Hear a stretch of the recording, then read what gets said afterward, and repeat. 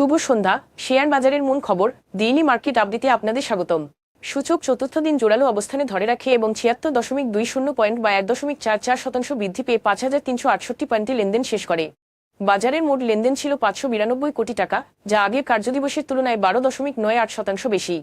আজ বাজার ঊর্ধ্বমুখী রাখতে প্রধান ভূমিকা রাখে সিমেন্ট খাতের লাফার্জ হোলকিম বাংলাদেশ পিএলসি, ব্যাংকিং খাতের ইসলামী bank Bangladesh limited, city bank limited এবং ব্র্যাক ব্যাংক লিমিটেড এবং ফার্মাসিউটিক্যাল খাতে বেক্সিমকো ফার্মাসিউটিক্যালস লিমিটেড ও স্কোয়ার ফার্মাসিউটিক্যালস লিমিটেড।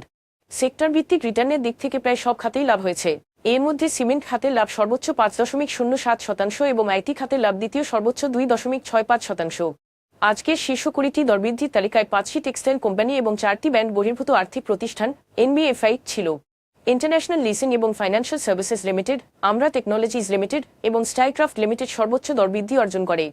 অপরদিকে Bangladesh industrial financial company limited, union capital limited এবং নুরানি ডাইং এবং সোয়েটার লিমিটেড ছিল শীর্ষ দরপতনের শেয়ারের তালিকায়। এসব শেয়ারের ক্ষেত্রে কোনো মূল্য সংবেদনশীল তথ্য প্রকাশ করা হয়নি। আজকের শীর্ষ দুটি সংবাদ। চলতি অর্থবছরের প্রথম ৭ মাসে আমদানি মাত্র সামান্য বৃদ্ধি পেয়েছে, কারণ রাজনৈতিক অনিশ্চয়তা, দুর্বল অভ্যন্তরীণ চাহিদা এবং ব্যাংকিং খাতে চলমান চাপের কারণে ব্যবসায়ীরা সতর্ক অবস্থানে ছিলেন। বাংলাদেশ ব্যাংকের তথ্য অনুযায়ী অর্থবছর ২০২৫-২৬ এর জুলাই জানুয়ারি সময় এলসি খোলার পরিমাণ ২.৪১% বেড়ে ৪২.৭৭ বিলিয়ন মার্কিন ডলারে পৌঁছেছে, যা আগের বছরের একই সময়ে ছিল ৪১.৭৬ বিলিয়ন ডলার।